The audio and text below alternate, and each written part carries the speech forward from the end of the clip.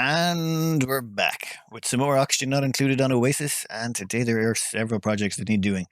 Our rockets are off collecting us some resources, and in the meantime, it's time to tidy up and get some problems solved. First one is this water tank. I've currently been dumping all the excess water into reed fiber just to dispose of it. I want to start filtering it and sending it into my clean water supply to help with my oxygen production oxygen and hydrogen production for the rockets. So this needs to start getting cleaned up. So we need a slightly bigger room and we need to get some chlorine in it. This is not going to be a complex build. We are going to vacuum out this area. We are going to have a complete vacuum. Then we are going to dump in a little bit of bleachstone or pump in chlorine, probably bleachstone. I've got some in a box somewhere. That bleachstone will off-gas in here, and then we'll have a nice bleachstone or bleached up area where all the germs will die off inside these tanks. Oh, you sweep only. Don't want you putting down any more than I need. And we've got a nice little visco gel liquid lock. Problem solved. Almost done. Gas pump here, gas pump over here. They'll just suck all the gases out of this room. And then for filling it back up again, I've got this conveyor rail I'm going to dump some bleachstone in. The only reason I'm going to this much complication is I don't have atmosuits over here. The atmosuits stop down here. This is sort of where I've sealed off the atmosuits from the rest of the base. So this is still part of my sort of core. Mildly embarrassing. But it's just easier to do it this way now than try and rejig everything, so I'm just going to work around the inconvenience. Shouldn't take too much longer, fairly simple build. But once we have this place full of bleachstone, this will just ensure that all the germs inside here will die off nice and quickly. There we go. Whole room is sealed up, it's airtight. Yeah, I'm not getting that gas pump out. I'd have to walk all the way across and I'd be worried about my dupes breathing out and letting some carbon dioxide in, so we'll just leave that gas pump over there where it's nice and safe. But in the meantime, I'm going to have to get something in here to kill off the germs. For that case, we're going to grab some shipping and just get a conveyor loader. Dump it on there, hook it up to some power, and that's plumbing. Hook it up to some power, and then we'll use that to dump in just a little bit of bleachstone in here. Once the bleachstone is in there, problem solved. Oh, and another thing, I want to get some automation set up in here. So, yeah, deconstruct those. We want to put in an auto sweeper in here to load up these water sieves. All this manual labor has been a waste of time. So all that is left to do is I just have to dump in enough bleachstone in here to start the process of decontamination. What I've got here is a conveyor loader set up with bleachstone, but it's sweep only and highest priority. So how am I going to find some bleachstone to sweep up? Not too much of a problem. I've been storing all the bleachstone I've encountered in this storage container for quite some time. So all we'll do is we'll just find, where is it? Bleachstone? Yep. We'll deselect that, reselect it. What was it? Oh, damn, it was 10.8 tons. So let's make that 10,700 kilos. And our dupes will put all of it back except for about 100 kilos. Yeah, this was taking a long time, and then I realized I hadn't set this to allow manual use. Make sure you click allow manual use. Allow manual use. This game, it always finds ways to, well, it doesn't find ways. I find ways to make mistakes. Anyway, are you going to be helping us out here? Okay, Trivaldo will take that over for us. Excellent. Assuming they don't drop it somewhere along the way, because they get called to lunch. So I'm just going to follow them to make sure they don't leave bleachstone lying around my base. That would be rather uncomfortable. Come on, Trivaldo. Boom. Oh yeah, so bleachstone is in, off-gas a bit along the way, and now it's into the room. And let's check the gas overlay. Boom. Now, even though there's only tiny amounts of it in there so far, you'll notice the germs in here are going to start getting, well, annihilated. Where is it? Chlorine 100%. Doesn't matter how much there is. Change rate. Absolutely ridiculous. Yeah, soon there will be no more left. And normally you'd have to worry about germs that'll be in the pipes, because liquid that's in pipes is not affected by the bleach surrounding it, or the chlorine surrounding it. So they'll eventually pass through and get destroyed. So all I have to do is leave this for a cycle or two, and after that there will be no more germs left in here at all, and all the water coming out the other side is going to be nice and clean. Except for stuff that ends up in the water sieves. The water sieves are full of germs, and because they're full of germs, there's no real way to clean them. Unless, well, once the germs are gone here, of course, I'll just demolish them and rebuild them from scratch, and then we'll have no more problems with germs, and germs will be a thing of the past for this whole tank. Well, all the water coming out of this tank. And 5... 4, no, that's going to take more than another 3 seconds. Anyway, we'll skip this forward a bit. And we are down to the last few germs, and now all the water that comes out of here will be clean from now on. In fact, this one will also end up clean. This one, tiny amount of germs. That worked out incredibly conveniently. Now, the water coming out of here is going to go across there, and then I'm going to bridge off a pipe here. This is going to be the pipe. Oh, I'm going to click plumbing instead.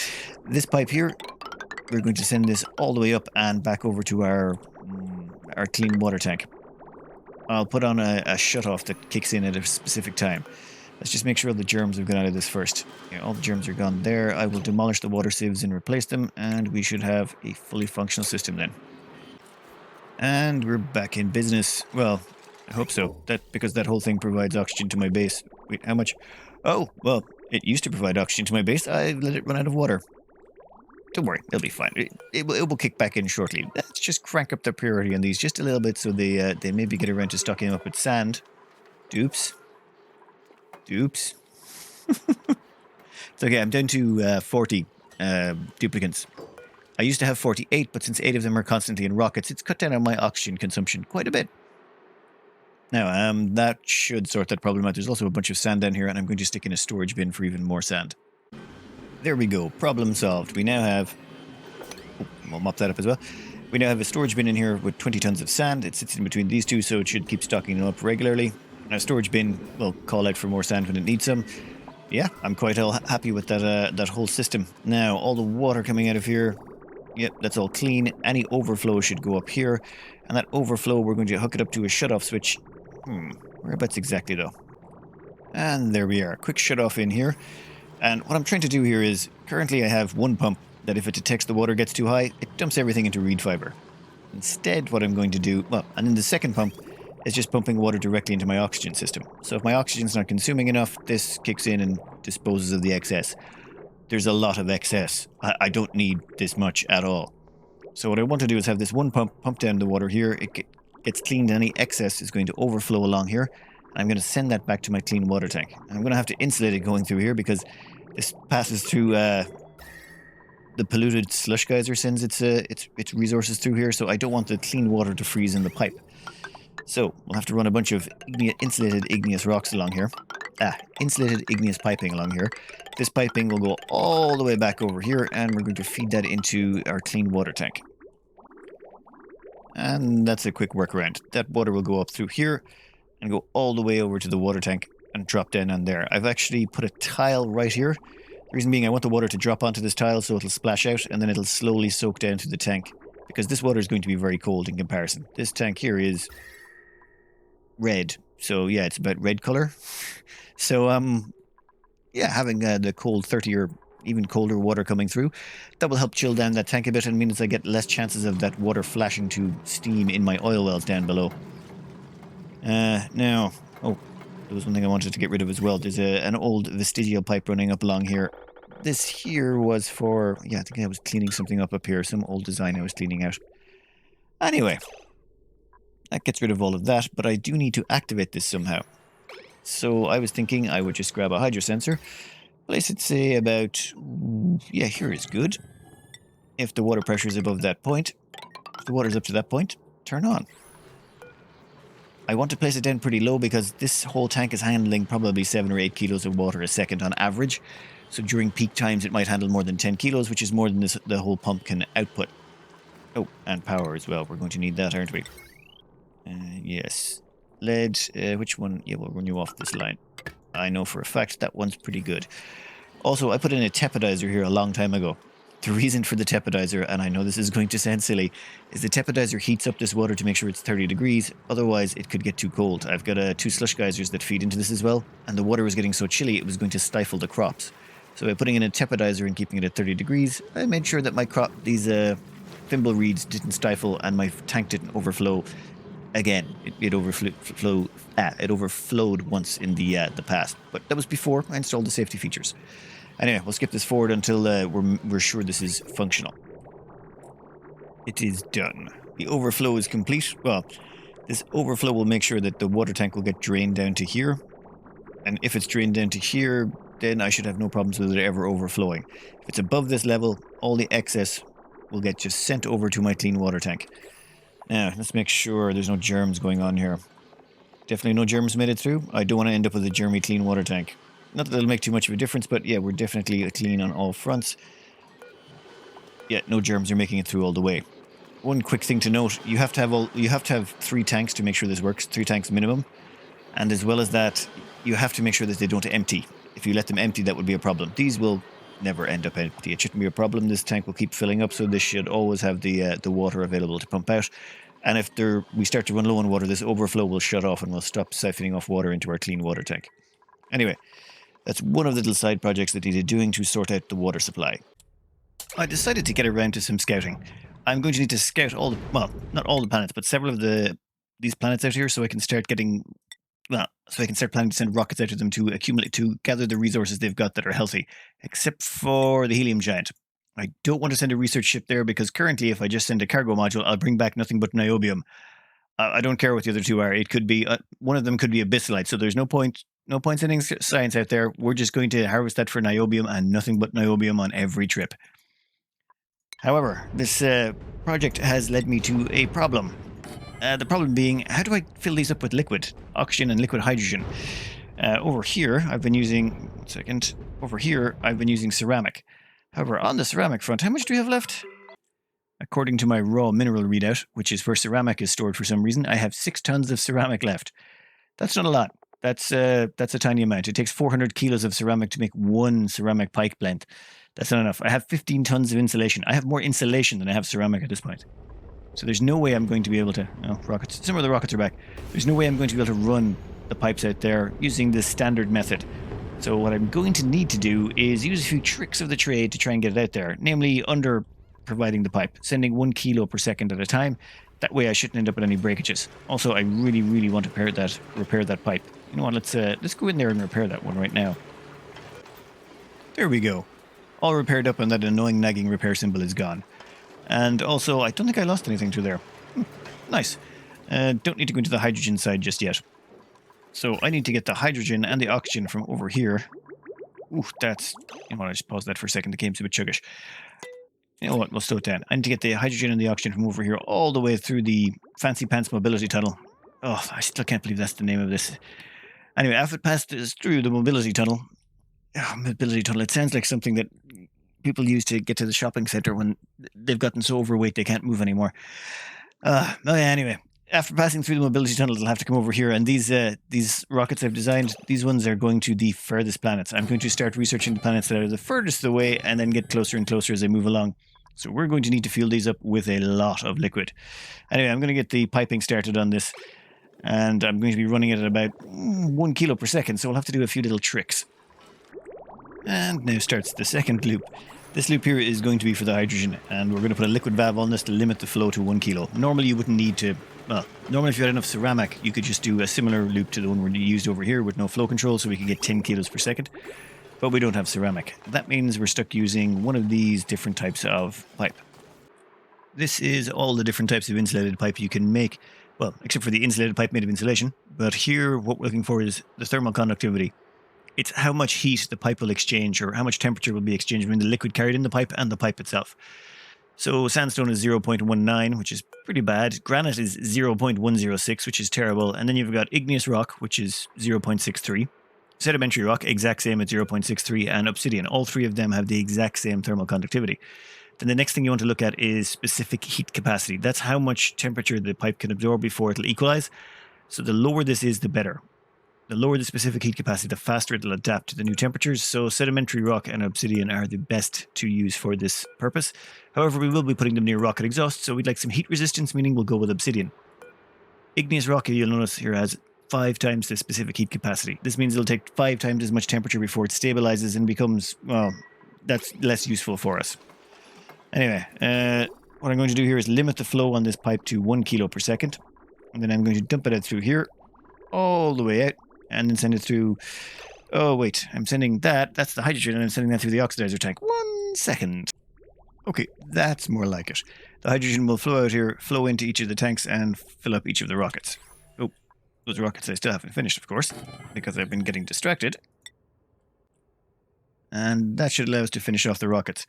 Now, I still am using this scanner over here, but not very regularly. I've close the doors. I don't need the telescope, and at the same time, this scanner here, I don't need to be opening it up. These robo miners, I've had to replace them a couple of times already because they keep overheating, and I haven't been bothered to put in a cooling solution yet because this is going.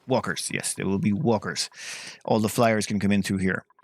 And that's all it takes to get this ready. Now I'll just set up some permissions to only allow in 4 astronauts. Our 4 fresh-faced astronauts will be Count Dupila. They're a narcoleptic night owl, so, vampires in space. How can that possibly go wrong? Elton John, because they sang Rocket Man, it seems. William Shatner, because they also sang a cover of Rocket Man. Nothing to do with Star Trek, it's the person suggested it. Yeah, whatever. And then we have Nails Armstrong for our 3rd Armstrong and last and final. There's no more Armstrong dupes, that's it. That's the 3rd and final one. Now, I think that's... I've still got plenty more astronaut names left in the pile. Now, once that's set up, we just copy those settings over to the other door. Well, once that jet suit checkpoint is activated, then our dupes can go through here, pick up their jet suits, and get assigned out to their rockets, and then start flying on their way. And that's it.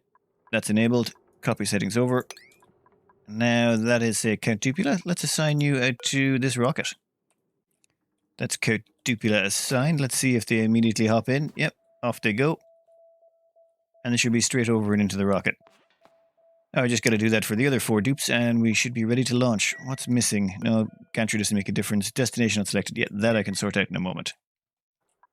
Okay, so all of our astronauts are assigned to their relevant rockets. This rocket still hasn't got enough fuel yet, so we're not opening the doors on that one. But we can start launching all of these towards their destinations. Where are we? Star map. So we've got Explore reporting. No, they can't launch. They don't have. So we got Discovery, Kepler, and Mars rover. All of those can be launched. Of course, we're going to launch all 3 of them at once, because why not generate as much heat as possible in a small... Oh, that was... Okay, that actually does look pretty cool when you launch all 3 of them at the same time. Launched like rockets. Okay, that will take care of all the scouting on that end. Now, I think I'm going to skip forward a bit. Quite a bit. There's nothing really much else here to do except finish scouting these planets and then keep scouting closer and closer. It's going to take about 3 or 4 runs to get all of the remaining planets scouted before I can do anything with it. I'm also waiting on the results of a poll to see if I should demolish all this stuff and make way for a nice flat rocketry bucket so that we can just line up another 20 rockets right here all in a row.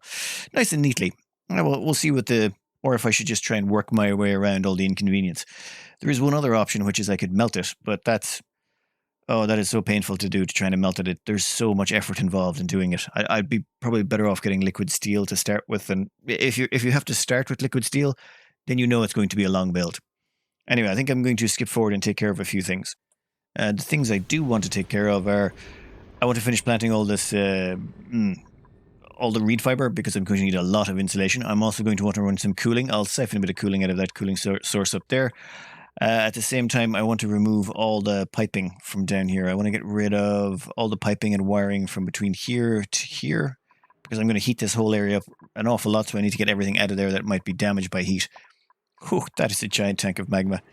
You know what? Never mind. Well, I want to get rid of those side projects in the background, and there's nothing really exciting to look at. So I'll get rid of those, and I'll cut back in once we've got some more exciting stuff to take care of. I put up a poll asking, should I install a mod to demolish all these fixtures in the Gravitas building so I could get more rockets all the way across here nice and neatly? Or should I just leave it there and work around them? Now, two-thirds of the responses were, yep, it's your game. Mod it, do whatever you want. It's a single player. We can get away with whatever we like. 1/3 was, no, don't be a wuss, work around it. And then, also going through the comments, about 1/3 of the comments had the words either burn, melt, or destroy in some way the items using in-game mechanics. Now, I was thinking that was going to be incredibly difficult. This stuff is made of steel. It has a melting point of 2,426.9 C. Running a rocket engine on top of that, it would take a lot of rocket launches. I'm not even sure it would melt it, maybe eventually, but you would need a lot of hydrogen rockets, and they're spread out over such a large, wide area, it'd take a lot of time. So, I did some research online, and unfortunately there's not much. People say, oh, you can melt them. There's no tutorials, guides, information, anything on it. Best thing to do, though, was I was thinking metal refinery. Use the metal refinery to do it. However, I need a material that can remain liquid all the way up to, what was it again? 2,429 C. And the best metal for that, well, there's niobium and there's steel. Now, I'm going to use steel, namely because, well, steel is pretty handy to get your hands on, and as well as that, niobium, while it's probably a better material for using for this. Steel looks way cooler. As in, it's red. When you turn it into a liquid and put it into piping, it's red. Now, I know that's a silly reason to choose steel over niobium, but that's what we're going with. All we've done here is we have an ice maker stuck in a vacuum, so all the heat it generates is just being dumped directly into the ice maker itself. And that's exactly what we want. This will cool down all the ice in here. Once it's done that, we'll put in more water and keep going and going and going until this thing hits melting point of 2426.9 C. Well, 2 degrees above that. That's because these things are unique. Ice makers don't have an overheat point. They don't overheat and start taking damage. They just keep getting hotter and hotter until they eventually melt. The only other type of device that does this is the kiln. Same thing. So you could use this with kilns either, and both of them weigh exactly... Well, the kilns are only 200 kilos, but the ice machines, quite handily enough, they're 400. Which is really nice because 400 kilos of liquid is exactly what it takes to fill a metal refinery. So what we're going to do is run these until they melt, and once they melt, we're going to dump the liquid steel into a metal refinery. In theory, let's see how it works out. I did some debug testing, and I'm pretty sure I can get them into the refining. After that, things will get a little bit more interesting. Yeah, no, we'll wait until these are ready, and then we'll get into the more interesting bits. This may take some time. It's a little bit slow, and they are quite far on the edge of my delivery range, but yeah, once we get some water into them, they'll go off. Give it a 5-6 cycles, maybe we should have these melted. It's been 7 cycles, and we're still not quite there yet, but we're a lot closer. We're at 1500 degrees. We've only got another 1000 degrees Celsius to go, roughly, and then they should melt. Let's just jump forward a bit more. I'm doing some prep work in the background. I'm cleaning up some places and getting things done, but let's wait until all of these are ready to go. Now, the time is almost upon us. This thing is almost ready to melt. It's at... Yeah, we're about 20 degrees away. Let's speed this up a bit. Now, what should happen is, when these melt, they melt from the left side. So the leftmost tile will be turned into a blob of molten steel that should fall down here and land in this little pocket of insulated tiles. Any ice inside it should fall on the mesh tiles, and any water inside it should turn into a bottle and fall onto the mesh tiles. So the only thing falling down should be the steel. Now, we'll need to wait until it's 2 degrees above its melting point. The reason being, when it comes to melting things, they have a 2-degree variance. They have to go 2 degrees hotter to melt and 2 degrees cooler to solidify again. And that's... Boom. There we go. Blob of molten steel. Why is it only 360 kilos? How did I lose so much? Is this because it was in the vacuum of space? Well, that's why I'm doing 2 of them. Anyway, we'll do the second one as well. And once that one's done, we should be ready to pump these into a metal refinery. You know what? I'll skip this forward a bit.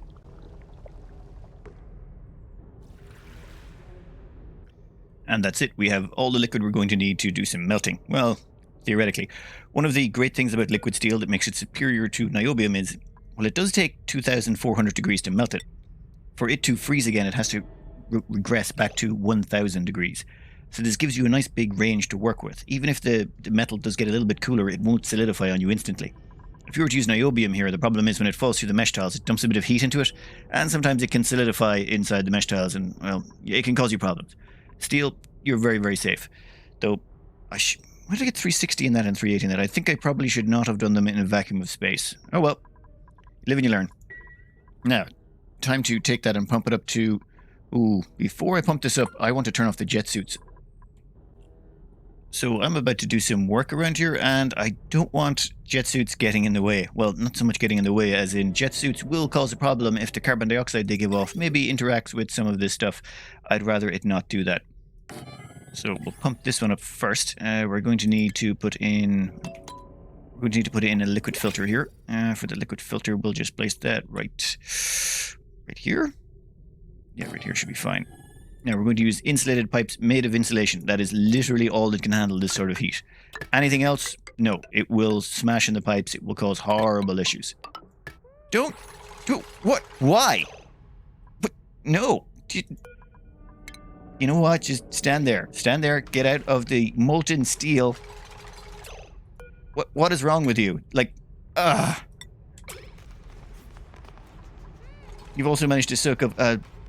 No, you're not getting back in there. You're going right back in there, aren't you? Yeah, no, that you're not. You are going, say, over here. Yeah, you can just stay over there for a bit. Oh my god. Where are you going? Where do you...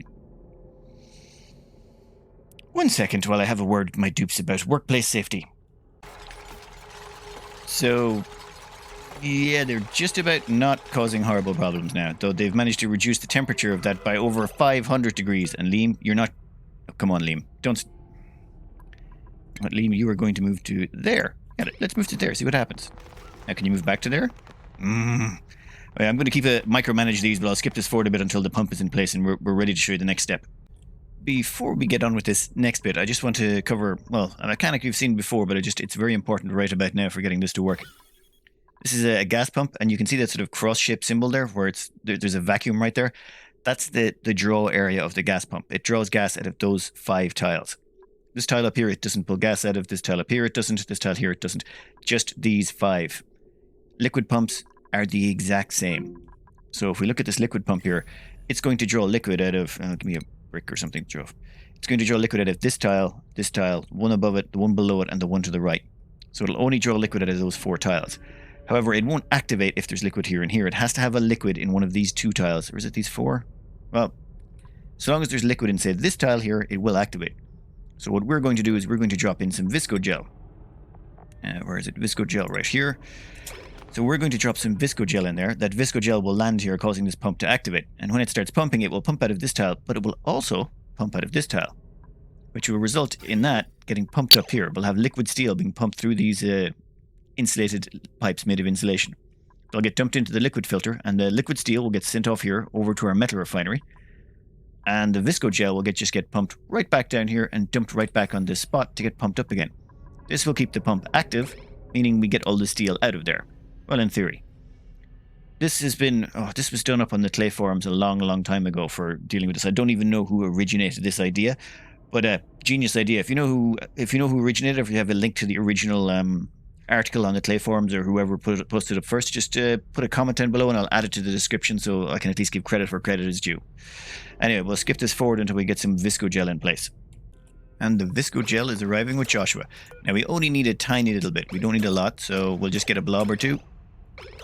Then we can turn this off.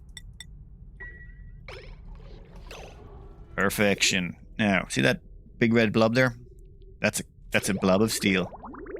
And there we go, we have liquid steel flowing through the pipes at 2,420 C. And because these pipes are insulated pipes made of insulation, it hasn't exploded in the pipes, which is really good. And you'll see the visco gel keeps getting dropped back down here. And this just allows us to keep circulating this, and we slowly are sucking up all of that steel and sending it over to our refinery. Now I just have to repeat this process with the second stack, which has been reduced in temperature to 1200 degrees because my dupes seem to like to go swimming in liquid steel, because of course they do. But anyway, assuming I can get this in place without them draining even more heat out of it and making it stop working, which I can't guarantee, but I should be able to do it. I'll just put a liquid pump here, hook it up to the same system, and get the visco gel in place. You know what? Let's not deconstruct that just yet. I'll just run that over there and drop off the visco gel first. Might as well pump the visco gel over. Save myself a little bit of hassle. And there we go. That should move all the visco gel across to the new location. And at the same time, I've sealed this up to stop the dupes coming in this direction, because I figure if they can't come in this direction, they're less likely to stand in that big puddle. We'll just deconstruct that and get rid of some of these pipes that we don't need anymore. You can all go... And there we go. The second batch should be good too. Wait, what? What happened to all my visco gel? Where's my visco gel gone? Very important note if you're doing this in space. For some reason, if you drop visco gel out of a vent onto mesh tile, it immediately disappears into the vacuum, so maybe don't drop visco gel onto mesh tile from a vent. It seems to work if you do it with a bottle emptier. Bottle emptier passes straight through. From a water vent, it just seems to disappear into the vacuum of space. Anyway, I've lost about 40 kilos of visco gel, but on the bright side I am now pumping out the steel slowly but surely. That will finally get us all the liquid steel we need to start melting these. Probably. So while that's ongoing, I'll try and explain my thinking here, which is going to be a bit weird. Well, one, these things are trapped in the vacuum of space, so normally what you'd want to do is something along the lines of, well, brick them up in insulated tiles, then put in some backing plates on there. Well, you'd have to do this all in a different way, but we could use mafic. We would have to use obsidian or diamond, and then brick them all in like that, then put in some sort of gas, and then run a pipe through to dump heat into them. The reason being, there's nothing to conduct heat into these suckers, which is annoying. But I've got another idea, based on, well, these farm tiles. I was thinking, what if I could entomb one of them in a tile and then dump heat into that tile? That way I'd be able to transfer heat into the light fixtures. And they're not that much. I mean, this giant chandelier is only 50 kilos of steel, yet it takes up an enormous amount of space, don't you? Yes, but here is the plan. Instead, I will entomb it in one tile of coal. Because if you heat coal up until it hits about, 276 degrees, coal will mutate into refined carbon. And refined carbon does not melt until it hits 4,326 degrees. Now, the reason I'm using refined carbon is of that. If I tried to use dirt, let's say, it would cook into sand at about 300 degrees, and then it would turn into molten glass at about 1,700 degrees. And at that point, once it hits molten, it would evaporate into the vacuum of space. So this should, in theory, work. Theoretically. Probably. Yeah, I'll just have to wait till that's all done, and then we'll be ready to get started on this. But seriously, liquid steel is probably the coolest liquid when it goes through pipes. I don't know, it's just the red color. All the rest are either, a dull blue or a green or something like that. No, steel, bright red. It's perfect. And everything is set up. What we have here is any of the coolant that comes out of here will get sent across this line. And then this line is, what's that? Yeah, this line here is made of insulation. Insulated pipes made of insulation, so they're perfect insulators. Then it's sent up here through two pipes of liquid obsidian. Now, the reason we've got, or not liquid obsidian, obsidian. The reason we're picking obsidian is obsidian has a melting point of 2,700 degrees, which is hotter, which means it can withstand more heat than the steel. So the steel will melt first. Not by much, though. We've got about a 300-degree cushion, which is not a lot to work with. But the problem is we only really have three choices of the pipe, of materials to make the pipe out of that won't melt. One is obsidian. The second is tungsten, which is not an option because we don't have tungsten. There's no tungsten on this map. There's no wolframite on this map. I can melt it later, but to do that, I would need, the third pipe, which is insulation. A regular pipe made of insulation, so say, plumbing. Say this pipe over here, I could use this pipe to do it either. Now, this pipe is unique in that it says it's got zero thermal conductivity. It has the exact same stats. It will say the exact same stats as this, but the thermal conductivity is greater than zero. If you put liquid through it, it will dump heat into the insulated pipe. So you could use that to dump out the heat. Unfortunately, it has a huge specific heat capacity. It takes forever to heat up, and it's really expensive to do. So we're going to try and be really skimpy and cheap here and use insulated tiles made of, or regular pipe made of obsidian. Now I'm going to queue up some steel here. The reason I'm going to queue up steel is you'll see this heat option down here. This is going to tell me that I can... Oh, it's game saving. This down here tells me that if I run through steel, it will raise the temperature of the contained steel by 606. And by contained steel, it means the liquid in here. So if this was water, it'd tell me it'd raise the water by X temperature or whatever. Steel does not have a huge amount of thermal capacity. That's why it's going to raise this temperature of the molten steel inside here by 606 degrees. This molten steel is not coolant. Refineries don't dump heat into coolant. They dump heat into whatever liquid is inside them. You can put any liquid you want in here. Liquid magma, liquid glass, liquid steel, liquid niobium. You could put liquid oxygen into these things. Wouldn't be a very good coolant, but you could do it. Any liquid at all, it just dumps heat into it. That's its only purpose. So you can't really refer to this stuff as coolant as just more of a heat sink. Whatever's in here acts as the heat sink, and in this case it's going to be steel. And the reason I'm running steel through it is it'll add 600 degrees to it. That should mean that the temperature in here of this liquid should get a lot hotter. I need it hotter because I need it 2,400 degrees to melt this steel. And because of all the heat that was drained out because Princess Leia, or Princess Dupe Leia, decided to stand inside the liquid steel and drain a bunch of heat out, I'm going to need to dump an awful lot more heat into it to get the liquid steel hot enough to melt this. But first things first, we're going to try and heat up this gold tile until this gold tile gets warm enough to make this coal increase in temperature. Once the coal gets up to, it has to get up to 276.9 degrees, we can get rid of that gold tile, because the gold tile, it's not going to last the whole way. And to prevent us from sending too much liquid down the line, I've put on a liquid valve. So that liquid valve should restrict the flow. Yeah, here we go. So that should restrict the flow to a tiny amount. It's going to be hard to see. And yeah, it's raising the temperature of the gold tile. And the steel coming out has, the steel coming out has dropped an awful lot of temperature. That's, yeah, okay, so we've reduced the temperature of the steel to less than 100 degrees. That's, whew. Okay, well, and there we go. We now have a refined carbon tile. So I don't need the gold anymore. That means we can delete this metal tile. This can go. It's just an inconvenience. And what we can... Ooh, you know what? Not only can we delete that tile, we can replace this lump of obsidian piping with insulated piping. The reason being we don't need to raise the temperature of that insulated pipe. Oh, yeah, the overall goal. I just want to melt this. I don't want to raise the temperature of anything else if I don't have to. So I want to minimize the amount of stuff I'm heating up to 2,600 degrees because it takes an awful lot of heat, an awful lot of energy, and an awful lot of time. It took me, what, 20 cycles or so to raise the temperature of all those ice boxes down here? About 20 cycles to raise those up to melting point, and that was with them dumping heat in constantly by raising the temperature of water. So in this instance, let's see how well this is working. The refined carbon is at 463 degrees. The chandelier is at 404. It's only 60 degrees behind. Yeah, this could work. What temperature is the steel coming out at here? Steel is coming out is at 2,402. That's no good. Yeah, it doesn't matter what I do, I will not be able to melt it in one run. I might get it on 2 or 3 runs, though. I mean, I was thinking this is going to take dozens of runs, or at least 5 or 6, but we might get this in 2 runs if we do play our cards right. Damn, that temperature is going up rapidly. The joy of this is we're only raising the temperature of one obsidian pipe. 100 kilos of obsidian pipe, which has absolutely dreadful... no, not that one. Where is it? Here, yeah, this.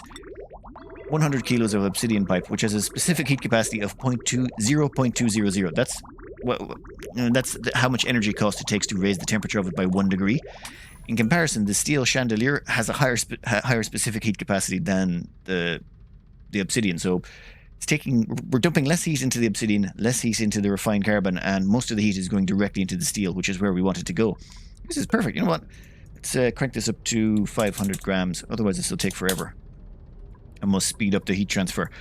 Yeah, we're going to have to run some more hot liquid through this. We need to get the temperature of this above 2400, but below 27. I don't want to have... If I go above 27, I'm going to melt the obsidian piping. But yeah, this should work. I think this is going to work. Anyway, I'll skip this forward a bit until the first batch has gone through. I bet we're going to get a melt out of this one. After the full run of coolant, we managed to get the temperature of the chandelier up to 2,380 C. We're actually really close. We're only a very short amount. Well, we're only a tiny amount short. Now, of course, my coolant in here has dumped a bunch of temperatures. Well, that's 1800, which is still hotter than it was when we started. So if we put through steel, another batch of steel, we should be able to get the temperature up high enough to melt this. I think we can get this done in this run, 3rd run at the max. I'm going to leave that at 500. Actually, speed this up a little bit more. We'll put it through at 1 kilo per second. You don't want to put it through at any more than 1 kilo per second, because if you do put it through at more than 1 kilo, you could end up with the steel cracking in the pipes, and then you'd lose steel if you reduce its temperature too much. Now, let's see what happens here. This is properties of that, and boom. Oh, yeah, liquid's going through. It's coming through at 284. Yeah, 2489. Yeah, I think we've got enough temperature to pilot through here. Temperature's going up. Okay, that's even more rapid than the ice machines were doing it. 2489. Okay, so all we need to do is hit about 228.9. A little bit more, and it's gone. It's gone. Oh, perfect. That's how it works. We can get rid of it. That's excellent. Oh, that was relatively painless. Now all I've got to do is delete all the rest of the ones that have that are made of steel. Just 10. There's 10 more items in here that are made of steel. Light fixtures, a coffee table. For some reason, it's a steel coffee table. A few electronics displays, the reception desk, both the elevators for some reason, and yeah, that's about it. So yeah, I'm going to have to melt all of these. Well, I don't have to. I could install a mod and delete them, but I'm waiting on time. The reason being, I need more insulation. I was doing a little bit of math. It's about 256 tiles from one side of the map to the other. And I need to run liquid oxygen and liquid hydrogen pretty much the full length of the map. There's things I can do with bridges to help cut back on that, but say I need about 500 tiles of insulated pipes made of insulation. I worked it out. It's going to cost me lots of abyssalite that we don't care about 10,000 reed fiber, which I can afford. I have been slowly but surely taking care of the reed fiber down here at the bottom of the map. And I've only got one more floor left to do. Once this floor is done, that's it. I'll have so much reed fiber coming in. I already have way more than I need, I think. How much have I got left? Reed fiber. Yeah, I've got over 8,000 of it left. Not a big deal. However, it's the isoresin. I need 30 tons of isoresin. That's an awful lot of isoresin. So where am I going to get all those 30 tons of isoresin from? Well, I've got this planet out here, a gas giant, and this gas giant has isoresin on it, and that's a solid cargo. All the rest of the cargoes here are gas-based. So if I send out a rocket with a cargo module, it will bring back 2 whole tons of isoresin. This planet has a maximum capacity of about 20, so I can get 20 tons of isoresin from this planet alone. It will take some time. It will not be fast, and the turnaround on these missions is about 30 cycles, and I can only send 1 cargo module at a time because of how far away the planet is, even with hydrogen. So it will take me a little bit of time to do all of this, and while all that is going on, I can go around and melt all of these fixtures, even the granite ones. Anyway, I think we'll cut this out here. I've got more than enough footage, and I am really glad that worked out. That worked out far, far better than I thought it was. I thought I'd be mucking around with this for 20, 30 more cycles just trying to figure out how to get one of them to melt. But I think I can melt all of these pretty quickly. This is far easier than I anticipated. I've already destroyed another one, plus I've taken, well, I was doing some other stuff in the background, launching rockets, freeing up some more reed fiber, that kind of thing. I'm going to include the save game file from this point. So I've saved it already, and I'm going to I'll put that save up with the video instead of the end one. And what I'm going to do is here, you should just be able to run 1 batch of aluminum through here. And what will happen is that will produce enough heat passing through this to melt this. I'll melt the light fixture. The reason I'm running aluminum, it's just to do with temperatures. If I dump in aluminum into this, it will increase the temperature by almost 300 degrees, which will put it about 550. So it'll be about 2,550 degree output molten steel, which should be enough to melt the light fixture in 1 batch. Well, that's the theory. I'll skip it forward a bit so you can see it in action, but I've included the save, so if you want to play around with this yourself and see how easy it is, because honestly, I was shocked. This was not the nightmare I thought it was going to be. The melting was a little bit of a problem, but getting this done, not so bad at all. Temperature will increase rapidly, then you're just going to want to delete the metal tile once the refined carbon pops. We'll deconstruct that. And then we'll replace that pipe segment there because we don't want to waste any heat into that pipe segment. And then it should just keep dumping heat into the light fixture until the light fixture melts. And there we go. Now the only heat being dumped in there is, the only thing being heated is the chandelier, or the light fixture, the refined carbon and the liquid pipe itself. They're the only things absorbing heat. This should quickly melt it. Well, this might melt it in just 1 batch. Well, that's my hope. 1 batch of steel, all done. Whole thing was done in no time at all. In fact, I still had a bunch of liquid steel left over. Hasn't even finished completely emptying the metal refinery. Oh, amazing. Yeah, I'm going to finish demolishing these, getting more isoresin. I think next up, it'll either be launching a whole bunch of rockets or boiling a sea. I'm not sure. One or the other. It depends how much time I have available. This took a lot longer than I anticipated. Anyway, hope you enjoyed Melting the Gravitas Facility and whatever else we got up to in this. I can't remember because I think I filmed the other half of this like in the last 2 or 3 days ago. Anyway, hope you enjoyed and good luck. This particular bit right here, melting this, doesn't need to be done. It's not a high priority, but symbolically, I feel like it needed to be done. That just frees up so much space. Anyway, sorry. Minor distraction.